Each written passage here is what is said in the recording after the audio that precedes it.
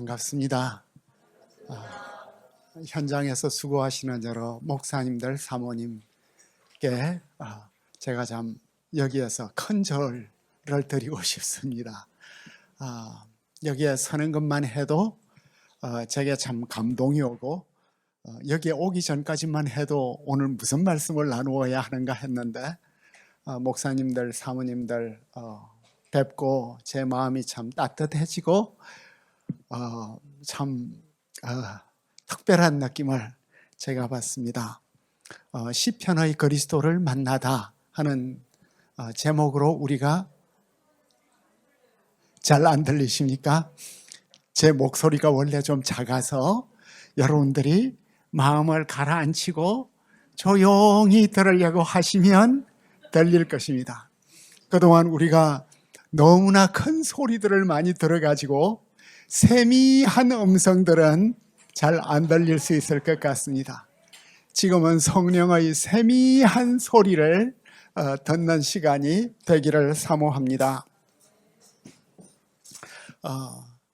제가 아무래도 참 여러분들에게 제 사랑과 또 존경을 표하는 마음으로 서서 말씀을 드려야 되겠습니다. 불편하신가?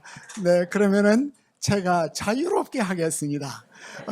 서든지 앉든지 제가 자유롭게 하겠습니다. 시편의 그리스도를 만나다가 우리의 제목인데, 왜 이런 제목을 제가 만들었을까요? 제 평생 소원이 저희 영적 여정, 저희 믿음의 삶의 어떤 그 최종적 소원이 있다면, 내가 어떻게 예수님하고 친해질 수 있을까? 어떻게 하면 내가 예수님하고 친해질 수 있을까? 성경은 제가 박사지만 예수님을 이렇게 개인적으로 친밀해지고 가까워지고, 예수님이 단지 글이 아니라 나에게 어떻게 실제가 될 수 있을까? 그리고 예수님이 어떻게 내게 실체가 될 수 있을까? 나는 왜 설교를 하고 강의를 하고 기도를 해도 하나님도 예수님도 이렇게 멀리 느껴지고, 이 세상의 악과 이 고통은 너무나 절실히 느껴지는데 하나님의 그 따뜻한 임재는 왜 이렇게 안 느껴질까? 그게 제게는 오랫동안 숙제였습니다.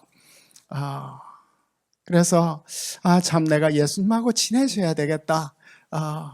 그리고 제가 이런 말씀을 지금 드릴 수 있는 것은 지난 한 10년 동안 예수님하고 많이 친해졌기 때문인 것 같아요. 상당히 실제가 된 것 같아서, 그럼 우리 시편 가지고 어떻게 예수님을 좀 더 가까이 만나볼 수 있을까 하는 제목으로 선택하게 되었습니다. 그동안 우리는 시편을 볼 때 늘 다윗의 기도라, 다윗의 시편이라고 생각을 했습니다. 그죠? 그래서 다윗의 생애에 대해서 많이 묵상을 하게 되었는데, 물론 다윗의 시편이지만 예수님이 이 시편으로 기도하지 않았을까? 이 시편은 예수님의 기도였다. 그러니까 예수님께서 날마다 이 시편 말씀 묵상했고, 이 시편으로 기도했고, 그래서 인생의 가장 중요한 자리마다 시편으로 말씀을 하시고, 엘리 엘리 라마 사박다니, 십자가의 마지막 순간에도 시편으로 기도를 한 것 보면 이 시편은 분명히 예수님 시편이 맞다. 그러면은 질문이, 예수님이 분명히 우리처럼 이렇게 시편을 읽었을 텐데 예수님은 이 시편을 어떻게 느꼈을까? 그리고 예수님은 이 시편 속에서 자신을 어떻게 발견했을까? 이 시편이 나를 가리켜 말하고 있네? 어떻게 이런 말씀이 옛날 이렇게 기록되어 있었을까? 예수님이 시편 읽으면서 감동했을 것 같아요. 이렇게 아름다울 수 있을까? 그래서 예수님께서 엠마오로 가던 제자들에게 나타나셔서 시편에 나를 가리켜 기록된 모든 것이 다 응하리라 하고 예수님이 고난을 받아야 하고 또 영광스럽게 부활하고, 그러니까 메시아의 고난과 영광이 시편에 다 있다. 그렇다면 몇몇 시편과 몇몇 시편 구절이 예수님을 증거하는 정도가 아니라 시편 전체가 예수님이 시편이고 예수님 기도가 아니었겠는가? 그러면 우리는 모든 시편 속에서 그리스도를 만날 수 있겠다. 근데 시편을 아는 것도 어려운데 어떻게 이 안에서 그리스도를 또 알 수 있는가? 이런 질문이 있지만 그것은 우리의 과제이고, 예수님은 분명히 모든 시편 가운데서 자신을 발견한 것 같아요. 그래서 우리에게 50분의 시간이 주어져 있는데 시편 전권이, 시편 전체가 어떻게 예수님을 가리키고 있고 예수님은 이 속에서 자신을 발견을 했을까를 우리가 들어볼 수 있을 것 같아요. 전체를 보아야 될 것 같아요. 그런데 우리가 150편을 다 볼 수는 없으니까 시편에서 정말 중요한 지점들이 있는 것 같아요. 시편의 핵심적인 주제들은 어디에 있을까요? 분명히 1, 2편에 있을 것이고, 그죠? 그 시편이 5권으로 이루어져 있는데 이엄마다 1권에서 2권, 2권에서 3권, 3권에서 4권, 이엄마다 예수님에 대해서 결정적으로 증거하는 말씀들이 있을 것 같아요. 이엄매, 옷도 이엄매가 있어야 본때가 나는 것처럼 시편도 그럼 5권 전체가 예수님을 어떻게 증거할까? 그래서 이걸 보았더니 이 이엄매에 있는 이 시들이 대부분 아니면 거의 전부 다 토라 시편이거나 하나님의 토라를 찬양하는 토라 시편이거나, 토라 시편은 바로 지혜시인데 토라 지혜시하고 제왕시, 왕을 노래하는 시편이 토라 시편하고 제왕시로 이루어져 있네. 그래서 제1권을 보니까 1, 2편이 그러하고 1권의 절정인 18, 19편이 그러하고 40편, 41편이 그러해요. 그러면은 우리가 시편 1편으로 와서 시편 1편에 대한 최고의 소개는, 시편 1편은 시편 전체의 용골이라. 용골, 배를 만지다 오시는 분들이 있으니까 요즘은 용골이라는 단어가 우리에게는 생소한데, 뼈의 어떤 뼈대 밑에, 뼈대 전체를 1, 2편이 뼈 전체의 뼈대를 용골, 성 바실리우스가 이런 말을 했는데 시편 1, 2편에 대한 최고의 소개가 우리의 등뼈 같은 골격을 이루어지는, 그래서 처음부터 주제를 그냥 막 이렇게 선언하고 나오는데 1편, 2편은 여러분들이 너무나 잘 아시죠? 그러면은 1편의 주제가 시편 전체의 주제가 될 수 있을 것 같아요. 그러면은 1편의 주제는 무엇일까요? 1편의 주제는 사람이로다. 이게 하나님의 토라가 얼마나 아름다운지를 말하고 있지만, 사람이, 복 있는 사람이, 시절을 쫓아 열매 맺는 사람이, 그리고 뭐죠? 의인의 회중이, 사람이, 말씀을 주야로 즐거워하는 사람이. 그래서 제가 시편 주석을 처음 할 때는 시편 1편의 제목이 모세의 화신이다. 모세가 여기에 그려져 있구나. 그런데 모세도 하나님의 율법을 온전히 못 이루었기 때문에 모세의 화신과 새 모세 예수 그리스도라는 제목을 제가 썼던 것 같아요. 이게 새 모세 예수에 대해서 말하고 있다. 시편이 단지 찬양과 애가와 감사가 아니라 시편의 중심 주제는 사람이다. 그 진정한 사람은 예수님이고, 우리가 시편을 읽으면서 사람이 되어야겠다. 예수님을 닮은 사람이 되어야겠다. 그러면은 이 복 있는 사람으로 시작하는데, 예수님이 여기에 예수님의 모습이 다 담긴 시편 1편의 꿈을 온전히 이룬 분은 예수님밖에 없는 것 같아요. 모세도 못 이루었어. 그런데 그렇다면 예수님은 이 시편 1편을 가지고 어떻게 자신의 말씀으로 만들었을까? 시편 1편이 예수님의 입에서는 어떤 말씀으로 새로 나왔을까? C라는 것은 A를 B로 말하는 거니까, 그죠? 다른 것으로 하나를 설명을 하는 거니까. 가만히 생각해 보니까 예수님은 진짜 복 있는 분이시고, 참 말씀이 육신이 되신 분인데, 그냥 율법이 아니라 이 토라 말씀이 육신으로 오신 분인데, 이 예수님께서는 갈릴리 언덕에서 팔복을 가르치실 때 마태복음에 따르면 첫 설교가 8가지 복 있는 사람. 시편 1편은 예수님에게 있어서 8가지 복을, 그 팔복이 뭐죠? 심령이 가난한 자, 애통하는 자, 온유한 자, 의를 참 사모하는 자, 긍휼히 여기는 자, 마음이 청결한 자, 화평케 하는, 다 시편의 인물들이에요. 그죠? 시편이 바라보는 시인들의 모습. 예수님은 시편 1편을 이렇게 팔복으로 아름답게 만들어내셨구나. 그럼 2편의 주제는 무엇일까? 1편의 주제가 사람이면 2편의 주제도 사람이로구나. 어떤 사람이죠? 2편에 그는 기름 부음 받은 자네, 메시아네. 그런데 이 메시아는 어떤 사람이에요? 내가 나의 왕을 세웠다. 하나님이 세우신 왕이시네. 그런데 이 왕은 하나님과 어떤 사람이에요? 어떤 관계가 있죠? 너는 내 아들이라 베니아타. 내가 오늘 너를 낳았도다. 메시아고 왕이고 하나님의 아들이래.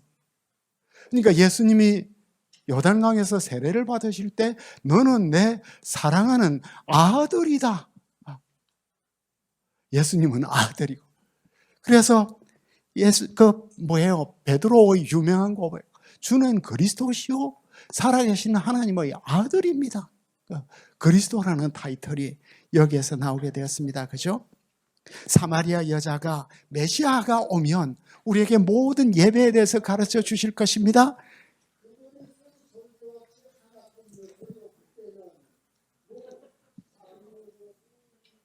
네. 저희 은사이신 박이천 목사님의 말씀입니다. 박 목사님 말씀만 들어도 충분한데, 그리스도께서 우리에게 모든 걸 가르쳐 주실 것이다 할 때 내가 그로다.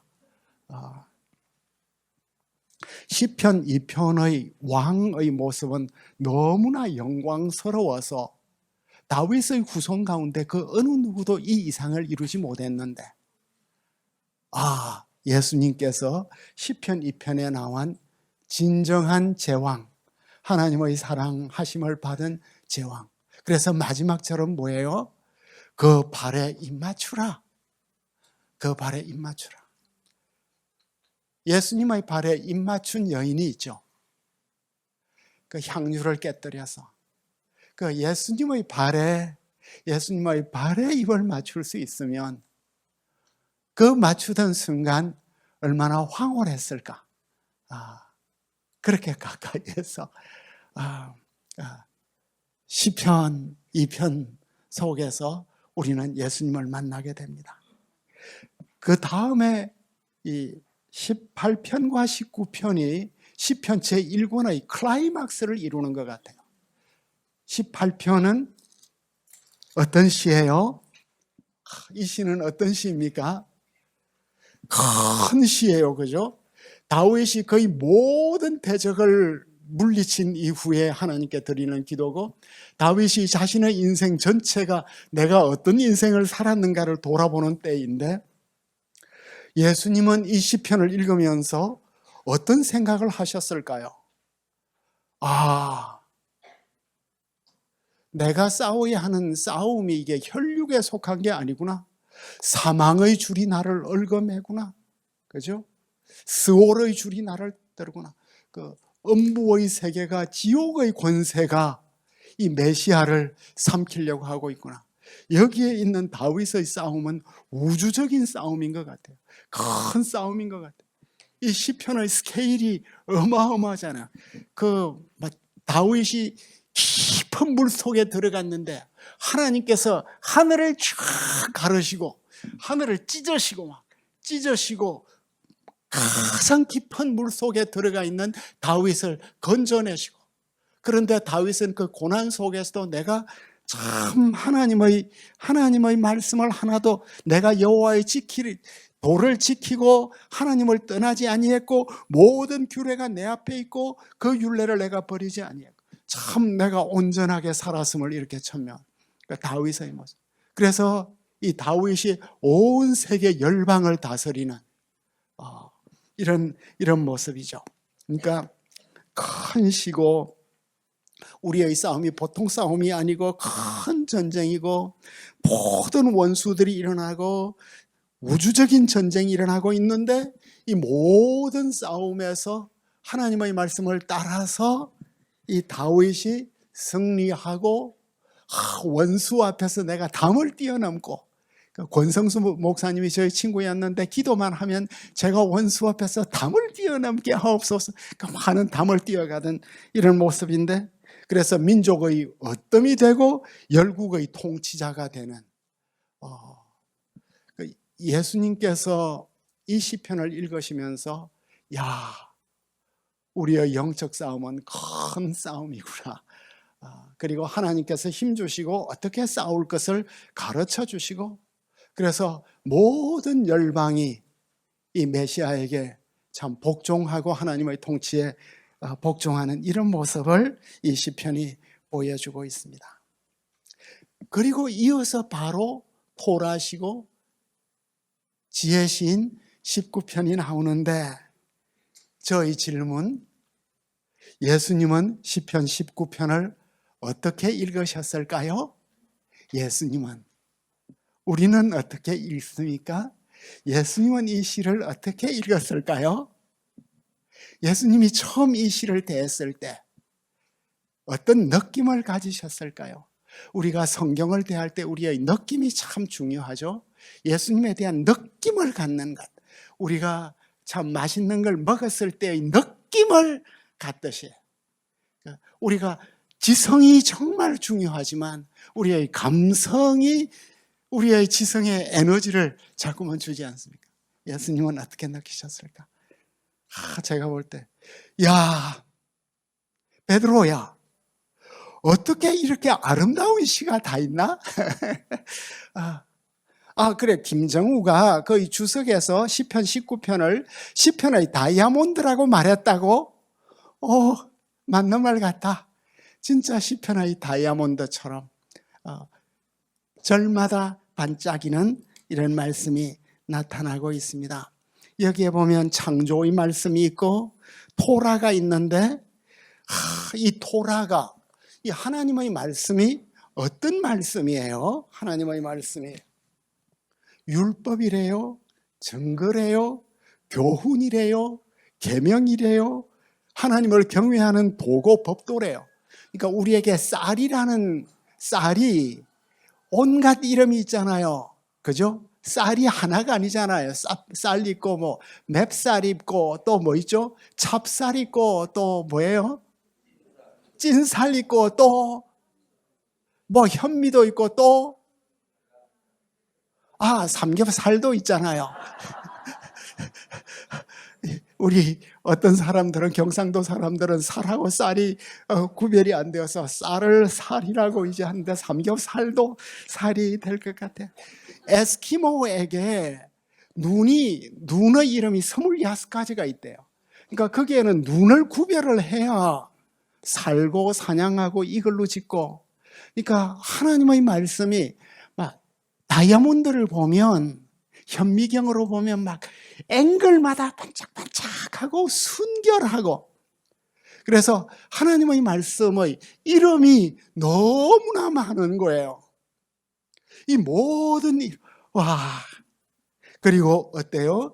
이 말씀은 완전하고 확실하고 정직하고 순결하고 정결하고 진실하도다. 아멘 했을 것 같아요. 그 효력은 어때요? 우리를 소성시키고 지혜롭게 하고 기쁘게 하고 눈을 밝게 하고, 태양이 우리의 눈을 밝게 하는 것처럼 이 말씀이 우리의 눈을 밝게 하구나. 영원까지 이루고 다 의롭다. 하나님의 말씀이 이렇게 파워풀하구나. 예수님이 이 토라를 몸으로 입고 오신 모습이에요. 몸으로. 예수님 자신이 하나님 말씀의 온갖 다양한 이 애스펙트를 다 가지고 있는 거예요. 그러니까 예수님은 만나면 만날수록 아름다운 거예요. 찬란하고 빛나고 영광스럽고 효력이 있고 살아나고 생명이 있고 의로워지고 빛나고, 우리의 얼굴과 우리의 삶과 이 앞에서 그 바로 앞에 있는 시에서 이 다윗이 얼마나 죽을 고생했는지 아시죠? 근데 시편의 시들은 이 죽음 가운데서도 어떻게 이렇게 아름다운 언어를 만들어내고 있을까? 우리 같으면 좌절하고 참 낙심하고 분노하고, 근데 그 언어들이 어떻게 이렇게 정갈하게 만들어졌을까? 그리고 40편으로 넘어가면 이 40편이 또 놀랍지 않아요? 40, 41이 또 짝을 이루고 있는데, 이 40편에 어떤 말씀이 있죠?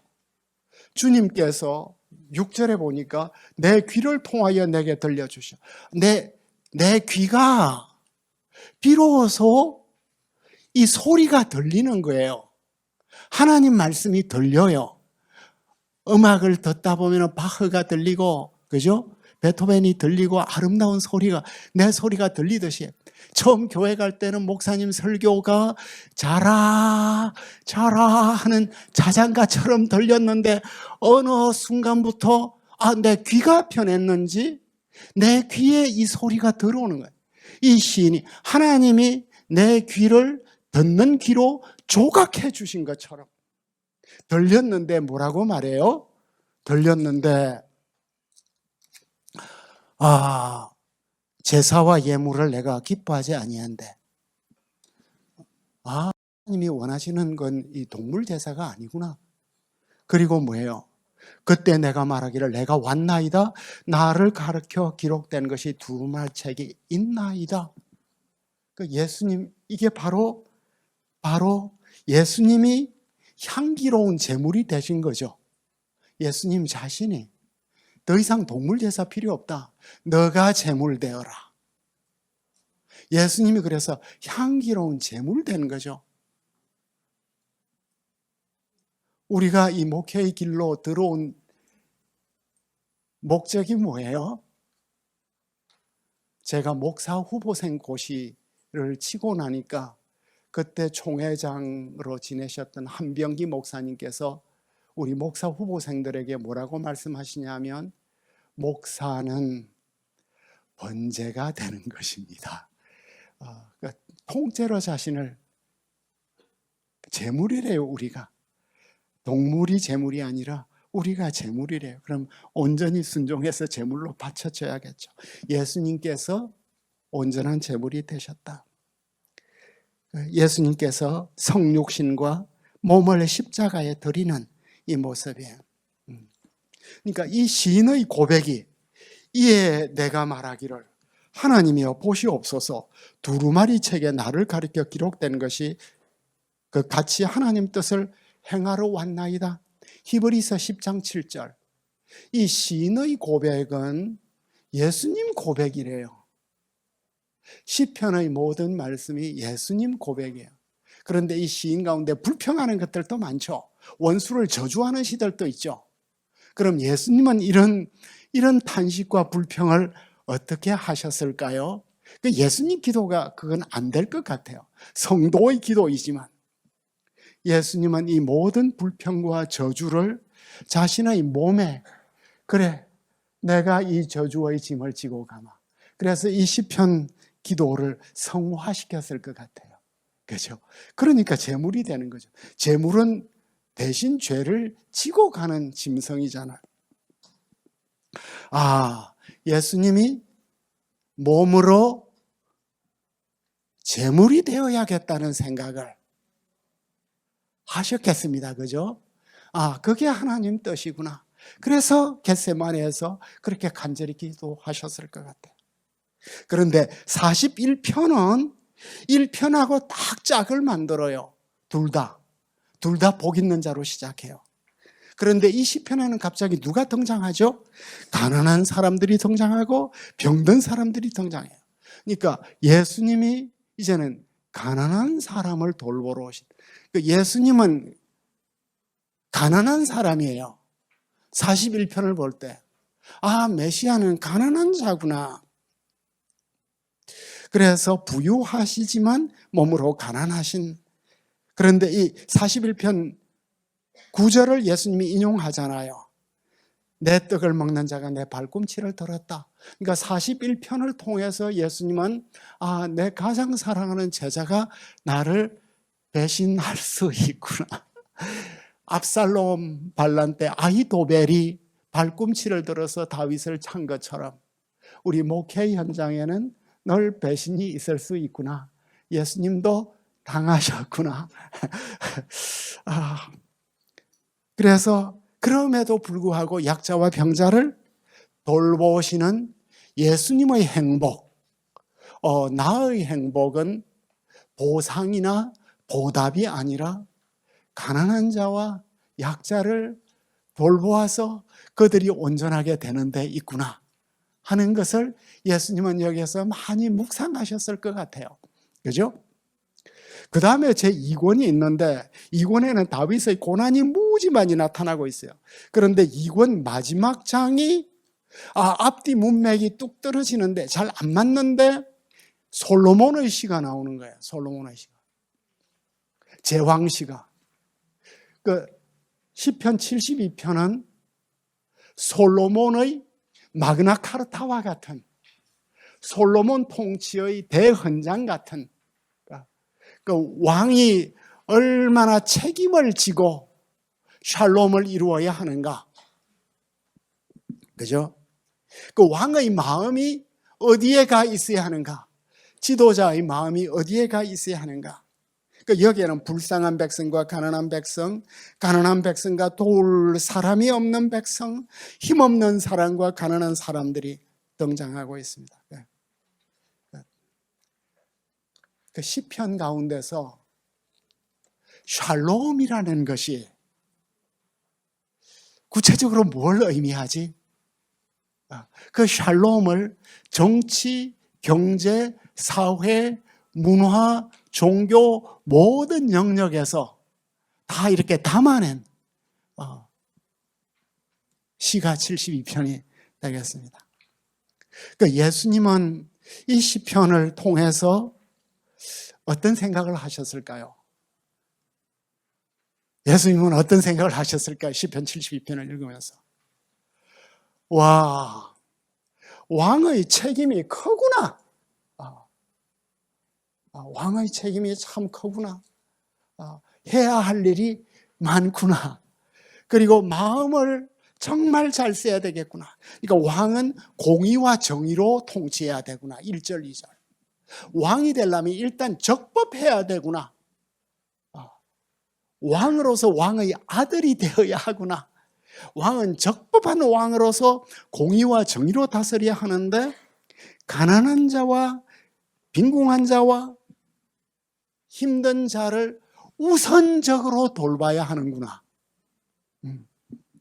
그래서 번영을 이루고 그리고 의인들이 흥왕한데 이 의로운, 그러니까 악인들은 감히 나서지 못하고 모든 적재적소에 참 능력과 자격을 다 갖춘 의인들이 흥왕하니까 나라가 부강해질 수밖에 없는. 그리고 이 왕의 통치는, 나의 통치는 어디까지 이를까? 이 조그만 팔레스타인 땅이 아니다. 아브라함에게 약속한 땅 정도도 아니다. 바다에서 바다까지, 강에서 강까지, 다시스의 섬들도 조공을 바치고 스바와 시바의 왕들도 마치 동방 박사들이 예수님에게 와서 황금과 유향과 몰약을 드리는 것처럼, 그리고 그에게 경배하는 것처럼, 메시아의 나라가 이게 단지 우리 동네 지역에 제한된 것이 아니구나. 하나님의 통치는 온 세계 땅 끝까지 바다 끝까지 이르러야 하는구나. 시편의 세계가 어찌리 깊고도 넓은가. 그리고 제 3권으로 넘어가면 시편 자체 안에서 3권으로 넘어가면 가장 비참한 시대가 돼요. 이제 바빌론 포로로 가는, 성전이 막 회파되고 왕이 그 면류관이 땅에 떨어지고 홀이 부러지고 나라가, 성벽들이 다 무너지는. 그런데 이 제3권에서 89편이 제3권을 시작하는 게 73편이죠. 이 73편이, 그러니까 72편과 73편이 또 딱 짝을 이루네. 제왕시와 지혜시가. 그런데 시편 73편이 재밌는 시예요. 왜냐하면 이 시인은 이스라엘의 큰 선생이었던 것 같아요. 그리고 그 선생의 가르침은 하나님은 우리에게 선을 베푸신다 하는 것인데, 막상 목회를 해보니까 너무나 참 현장이 척박하고 어려워서 악인들과 교만하는 자들이 참 하나님을 모독해도 하나님은 잠잠한 것 같고, 그래서 대혼란에 빠졌어. 이스라엘의 선생이 대혼란에 빠졌는데, 그러다가 이제 성전에 들어가서 정말 미끄러운 자리에 있는 건 내가 아니고 저들이구나 하는 것을 깨닫고, 그 하늘에서도 땅에서도 주님밖에 없다는 이런 고백을 드리게 되었는데, 그래서 내가 하나님 앞에 짐승이었다고 하는데, 이 시편 73편을 볼 때 예수님은 어떤 생각을 하셨을까요? 내 제자들도 흔들릴 수 있구나. 사도들도 흔들릴 수 있구나. 근데 예수님은 진짜 선한 선생님이시죠. 예수님의 타이틀이에요. 그죠? 나다나엘이 예수님을 만나서 뭐라고 고백해요? 랍비여, 당신은 하나님 아들이시여 이스라엘의 임금이십니다. 그 예수님께서 니고데모에게 뭐라고 말씀하셨어요? 야, 니고데모 선생, 너는 이스라엘 선생인데도 이것을 모르느냐? 예수님은 참 스승이신 거죠. 그죠? 예수님은 우리에게 진정한 선, 지선이 무엇인지를 일깨워 주셨습니다. 근데 최고의 선은 무엇일까요? 최고의 선은 십자가의 죽음과 부활 안에 담겨 있는 것으로 보입니다. 그리고 89편으로 가니까 제 3권의 마지막에 또 제왕시가 나오네요. 어떻게 이 제왕시들이 다 지혜시하고 짝을 이루죠? 그런데 이 시편 89편에 보니까 이 시도 큽니다. 그죠? 52절이나 되니까 큰 시예요. 근데 여기에 다윗의 모습이 정말 독특하게 나타나요. 다윗은 어떤 사람이에요?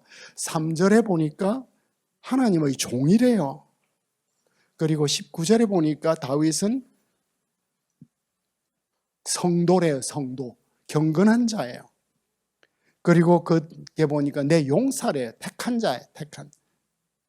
그리고 20절과 39절에 보니까 다윗은 기름 부음 받은 자네요. 그런데 26절에 가니까 하나님께서 다윗이 하나님 보고 하나님은 나의 아버지라고 말해요. 다윗은 하나님 아들인가 봐요. 그런데 다윗은 어떤 사람이에요? 27절에 가니까 장자래요. 하나님의 장자래요. 그런데 27절 하반절에 가니까 다윗은 세상 왕들에게 지존자가 되겠다. 엘리온, 지존자는 하나님의 타이틀인데 다윗에게 이렇게 7가지의 왕의 칭호를 주네요. 이 세상 누가 이런 7가지 칭호를 다 가질 수 있겠어요? 그죠? 예수님은 이 원래 다윗에게 허락한 이 모든 칭호는 오직 예수님에게만 어울리는 것 같아요. 예수님이 지존자가 되시잖아요. 그죠? 그런데도 89편이 왜 중요하냐?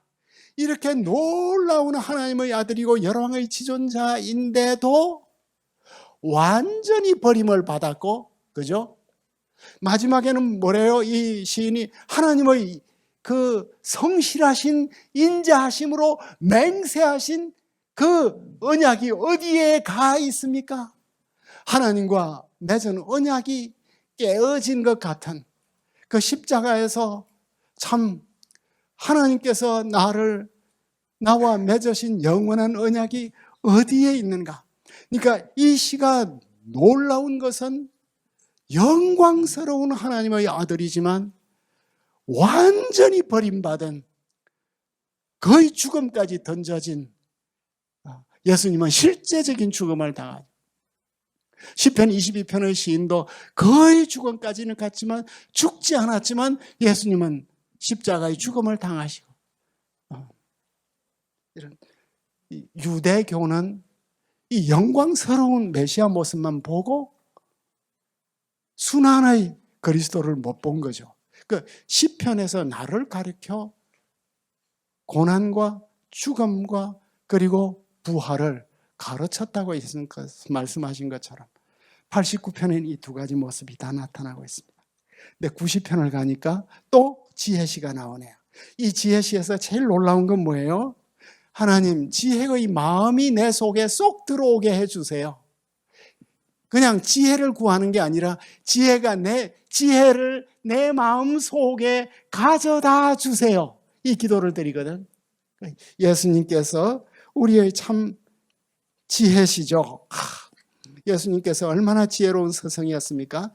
12살 때 성전에 가서 성전의 서성들과 대화를 하는데 선생들이 다 놀라는, 그러니까 우리가 예수님을 믿으면 참 지혜로워지는 것 같아요.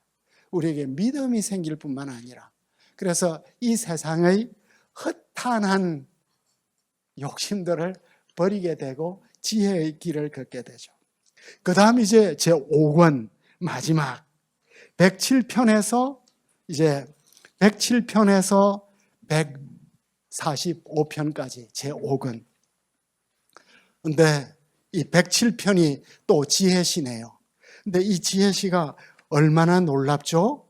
여기에 보니까 3절에 동서남북 각 지방에서 하나님께서 자기 백성들을 모으셨대요.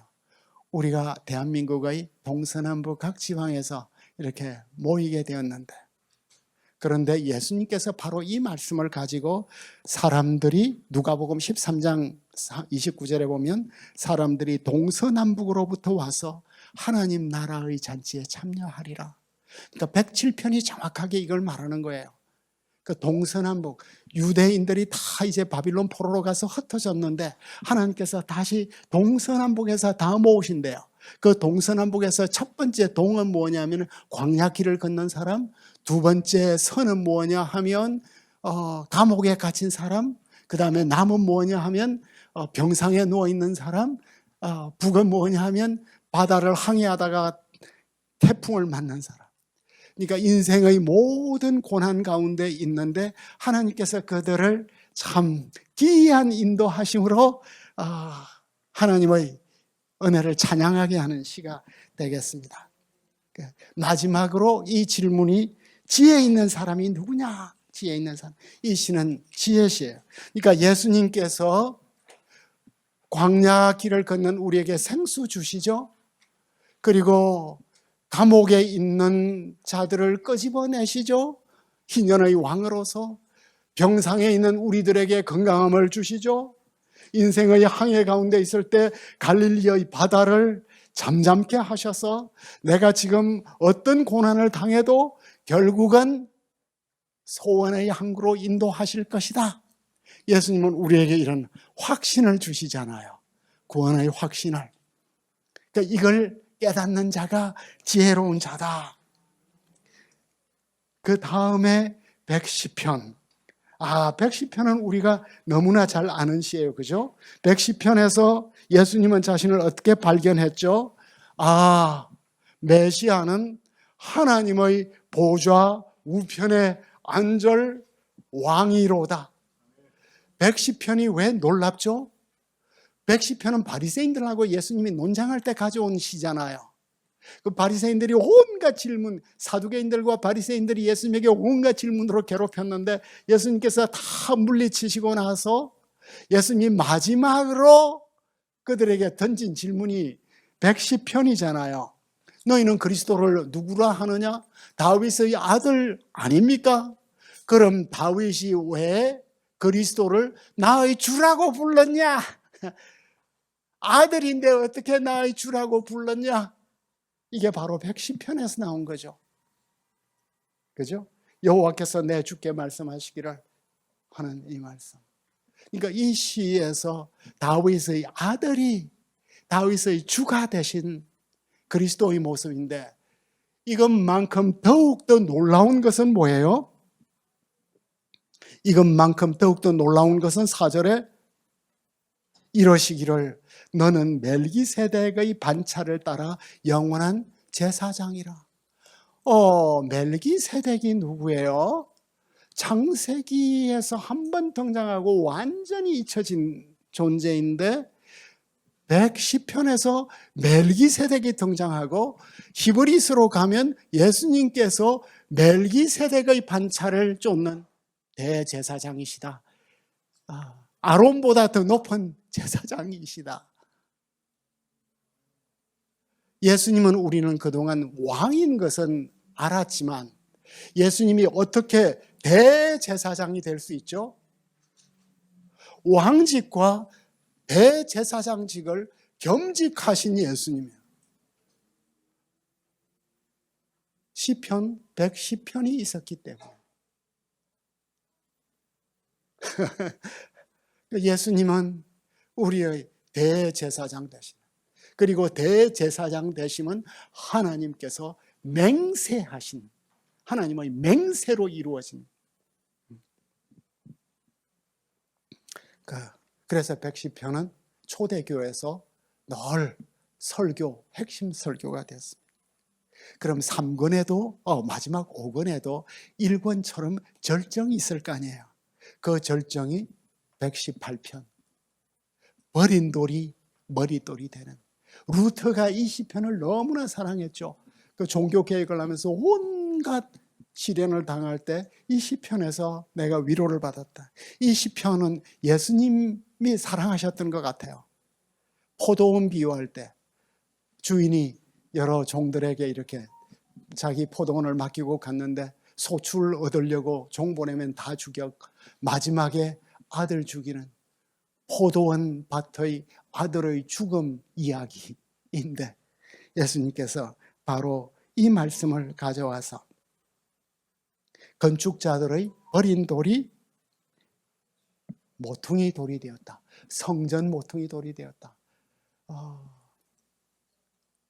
유다의 모든 지성들이 예수님을 죽였고, 그죠?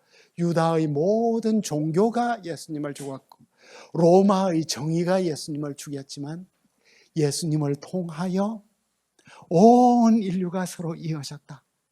모퉁이 돌 하나로 성전 전체가 이어지는 것처럼 예수님을 통해서 우리는 다르지만 이어질 수 있다.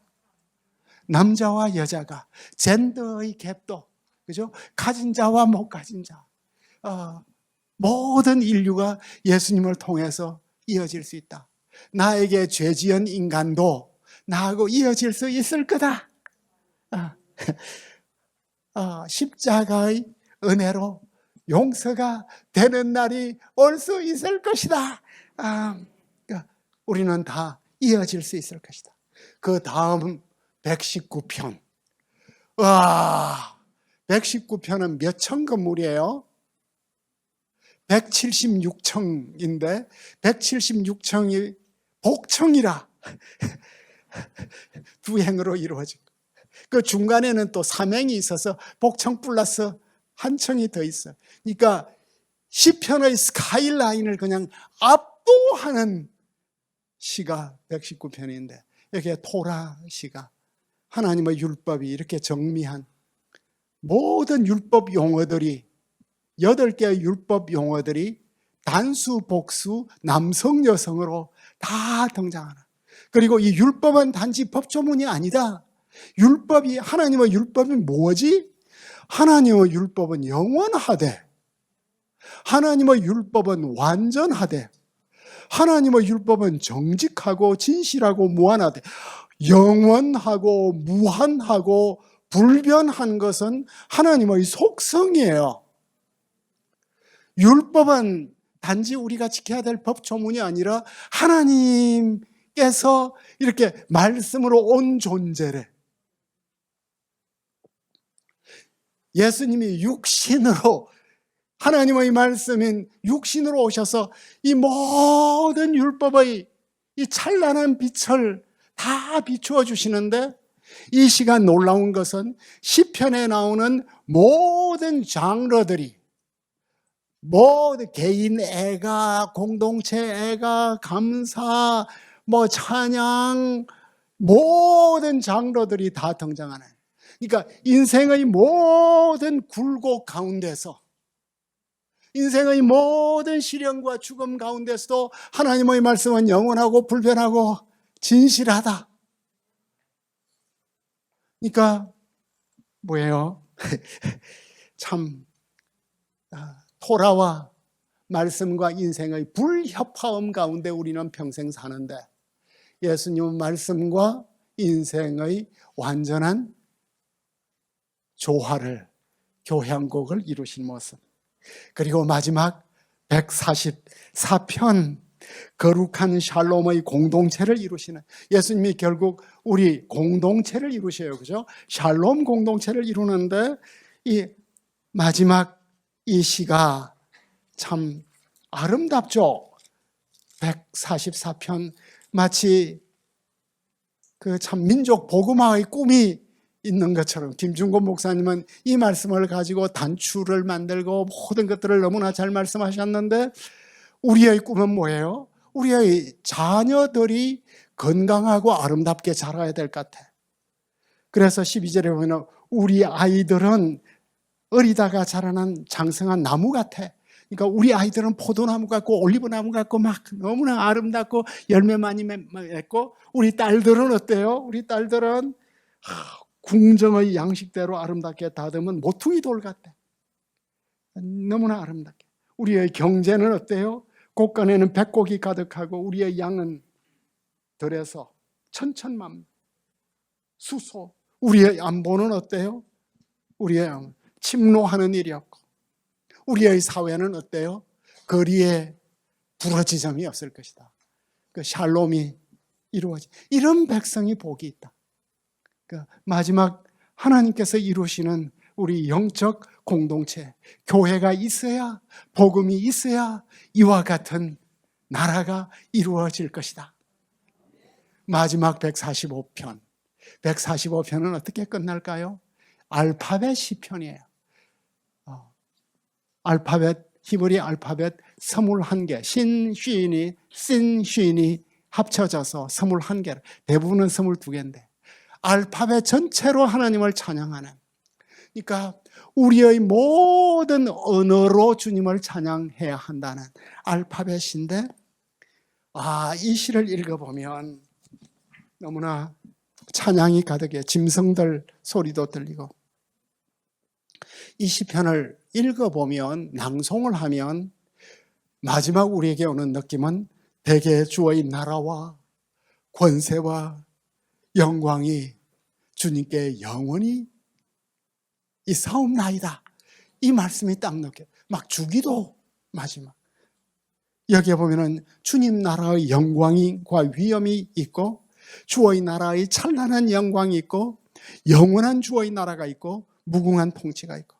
그러니까 하나님의 나라를 찬양하고 하나님 나라의 왕 되신 주님이 위대하신 모습.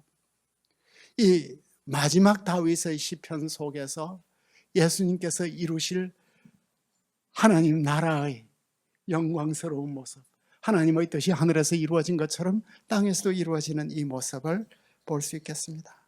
이 시편에서 우리는 그리스도께서 다스리시는 나라의 모습을 본다. 또한 예수님은 우리가 하나님의 나라와 그의 의를 먼저 가르치라고 구하셨다. 예수님은 이 땅에서 하나님의 나라를 완성하신다. 주의 종들 되신 우리 목사님들과 사명을 통하여 이루실 것입니다. 질의와 토의 시간을 갖도록 하겠습니다.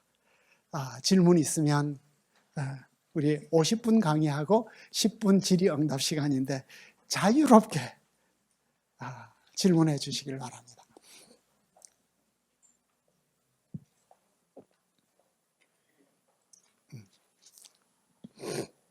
시편의 느낌을, 시편이 예수님 기도였으면 나의 기도도 되겠구나. 이제는 시편으로 기도를 드릴 때 다윗과 함께 기도 드릴 뿐만 아니라 예수님과 함께 기도 드려야겠구나. 그러면은 예수님이 나의 연약한 기도를 도와주시겠구나. 예수님이 내 옆에서 같이 시편으로 기도한다면 우리 굉장한 힘이 생길 것 같아요. 네, 목사님.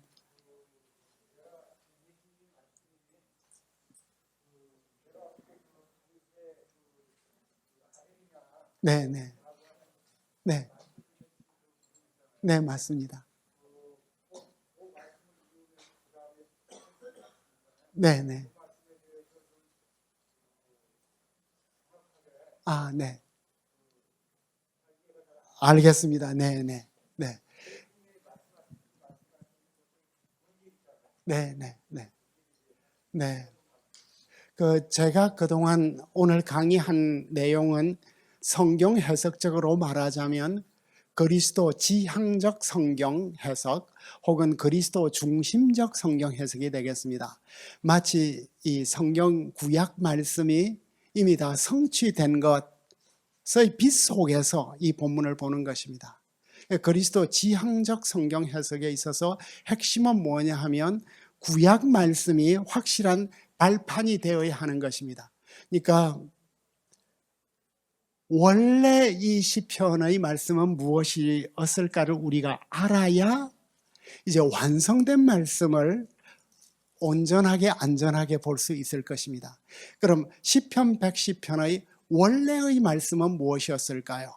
원래의 정황을 말씀드리자면 이제 다윗과 그의 후손들이 왕으로 등극을 할 때 이 시편을 이제 이 왕의 선지자가 선포해 주는 것입니다. 선포해 주는 것인데, 그러면은 여호와께서 내 주에게 말씀을 하실 때 이 화자는 원래는 왕의 선지자가 주님께서 나의 주인 다윗 왕에게 말씀해 주신다. 이것이었습니다. 원래의 의미는. 그런데 예수님이 보실 때 최종적 의미는 이것은 다윗의 시편이기 때문에 다윗이 장차 올 메시아를 내 주라고 불렀다. 그래서 구약의 의미와 신약의 의미 사이에 갭이 있습니다. 그런데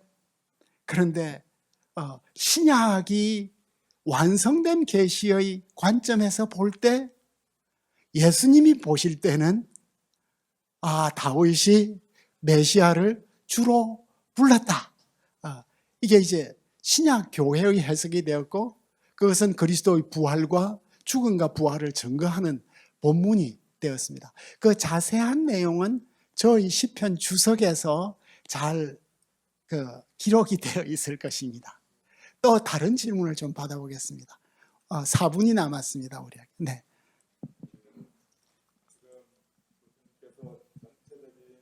네. 네. 네. 네. 네. 네. 네. 네.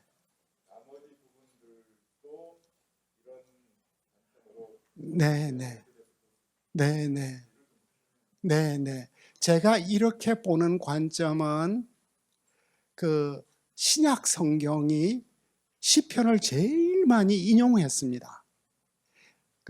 우리 어떻게 이게 구약에서 이런 말 발꿈치 들었다 하는 이런 말씀이 예수님에게 다 적용이 되지?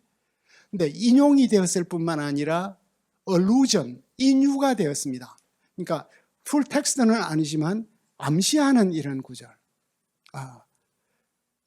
있는데 일단 신약의 발판에서 신약이 구약을 어떻게 보았을까? 그리고 교회의 교부들이 어떻게 구약을 보았을까? 신약적으로. 그래서 이렇게 한 편 한 편을 이렇게 이제 만지다 보니까 이렇게 큰 그림이 나왔습니다. 이 큰 그림이 설득력이 있다면 이제 한 편 한 편 들어가도 이게 볼 수 있겠다. 그 습작을 150편을 제가 다 끝내고 저 유튜브에 하나씩 올리고 있습니다. 그래서 여러분들 강의한 안에 그런 게 있습니까? 유튜브.com에 익티노스 1993 강의한 맨 첫 페이지에 혹시 있습니까? 김정우 소개하는데? 걔를 없앴군요. 그 유튜브에서 뭐 김정우 교수를 치든지 한국신학정보연구원을 들어가 보면 제가 이사야 66장을 강의한 것하고 그 다음에 이제 시편 150편을 이렇게 그리스도 중심적으로 설교한 모든 것들이 매일 한 편씩 이렇게 올라갈 겁니다. 그런데 그것도 습작이고 완성된 것은 아니라는 것을 여전히 해석의 여지가 있다는 것. 그렇지만 제가 시편 주석을 다 마쳤고 신약 성경하고 이렇게 많은 연결을 했기 때문에 상당히 안전하게 갈 수 있을 거다 하는 생각은 하셔도 좋을 것 같습니다. 그러니까 완성된 형태는 아마 한 10년 안에 제가 책으로 내어 보겠습니다. 네. 현재는 아직 책이 안 됐습니다. 책이라는 게 참 이 완성도가 높아야 되고, 그러니까, 그렇습니다. 네. 오늘 목사님들 만나서 정말 반갑고, 이번에 큰 위로와 또 은혜 충만하시고, 평양 대부흥의 역사를 우리가 이어갈 수 있기를 바랍니다. 한국 교회는 경로가 있어서, 은혜의 경로가 있어서, 아멘이었으니까. 네, 마지막, 아직 1분이 남아 있어서 질문 하나는 더 받을 수 있습니다. 네.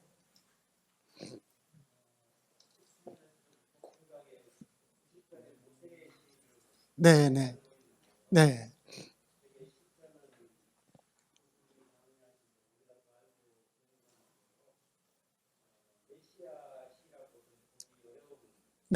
그렇죠. 네.